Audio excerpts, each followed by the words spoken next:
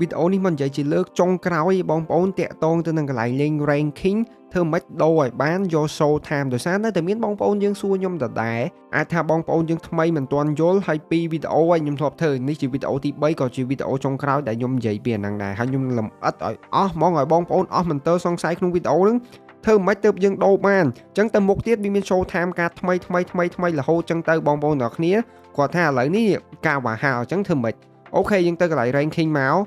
នេះយើងចូលមកកន្លែង match បន្ទាប់មក eFootball League ហើយ PVP កន្លែងហ្នឹងគឺត្រូវតែចូលមកកន្លែងហ្នឹងណាបងប្អូនបន្ទាប់មក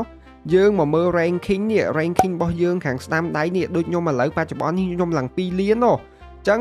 បងប្អូនសួរធ្វើមិនបានគឺតម្រូវឲ្យ ranking របស់យើងនេះយើងមើលលក្ខខណ្ឌមកនេះ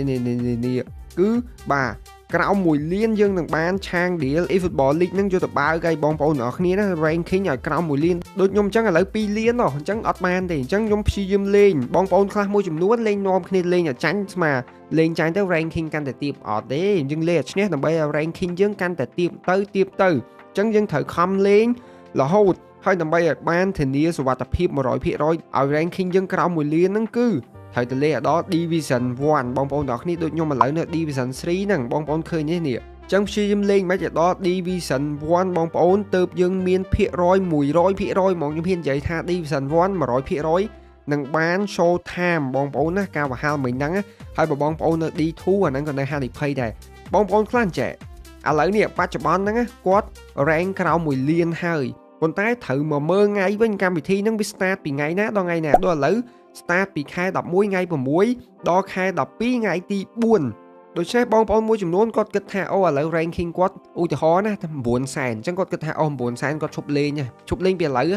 មានណាដល់ថ្ងៃដែលដាច់នេះខែ12ថ្ងៃទី4លេងដល់ថ្ងៃដាច់ហ្នឹងធម្មតាទេតែចិត្តដល់ថ្ងៃគេបុកលេងទាំងអស់គ្នាដល់ពេលបុកលេងធ្វើ ranking គាត់ឥឡូវនេះពង9សែនណាដល់ថ្ងៃទី4ខែ12ហ្នឹងវាមិនមែន9សែនវាទៅជាលើ1លាន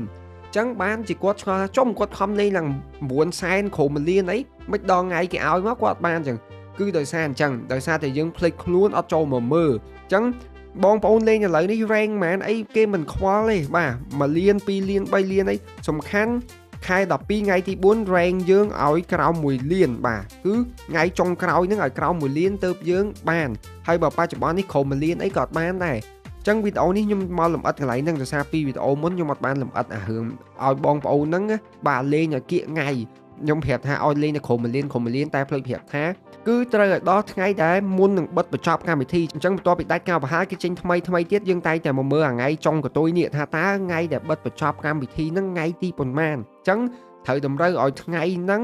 យើងស្ថិតនៅ ranking ក្រោម1លានទៅបានបើបច្ចុប្បន្ននេះឥឡូវនេះដូចខ្ញុំអត់ទាន់ដល់ខែ12ថ្ងៃ4ទេអញ្ចឹងទោះ rank ខ្ញុំប្រហែលក៏អត់ទាន់បានដែរគេអត់ខ្វល់ទេ2លាន3លានអី1លានអីក៏អត់ខ្វល់សំខាន់ថ្ងៃទី4ខែ12 rank ខ្ញុំក្រោម1លានទៅគឺខ្ញុំដឹងទៅបានមក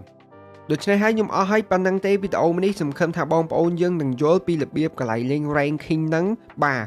ដូចខ្ញុំនិយាយចឹងបើសិនជាចង់បានត្រូវលេខដល់ Division 1ហ្មងអាហ្នឹងធានា100 C 100ដឹងបានព្រោះខ្ញុំលេងដល់ D1 ខ្ញុំបានរាល់ season ខ្ញុំបានរហូតហ្នឹងទៅតែលើកនេះខ្ញុំអត់ទាន់មានពេលលេងទេទីទៀតប្រហែលជាខ្ញុំបុកលេងដែរអញ្ចឹងហើយបើបងប្អូននៅ D2 បច្ចុប្បន្ននេះបើសិនជាលេង D2 ក៏ប្រហែលជា rank ក្រោម1លានដែរតែប្រយ័ត្នតែដល់ថ្ងៃទី4ខែ12 D2 ក៏អត់ធានាដែរស្រួលអាចកើបលើ1លានអីក៏អាចអត់សង្ឃឹមដែរអញ្ចឹងត្រូវតែតស៊ូឡើងបងប្អូនទាំងអស់គ្នាដើម្បីយក show time ហ្នឹងអញ្ចឹងកន្លែងយក show time ហ្នឹងមានប៉ុណ្ណឹងបន្ទាប់ពីដាច់ការបង្ហាញមកគេនឹងចេញកីឡាករផ្សេងទៀតហើយបងប្អូនដែលមើលវីដេអូក្រោយអាចថាដល់កីឡាករផ្សេងអញ្ចឹងដូច្នេះអស់ហើយវីដេអូមួយនេះជួបគ្នាវីដេអូក្រោយបាយ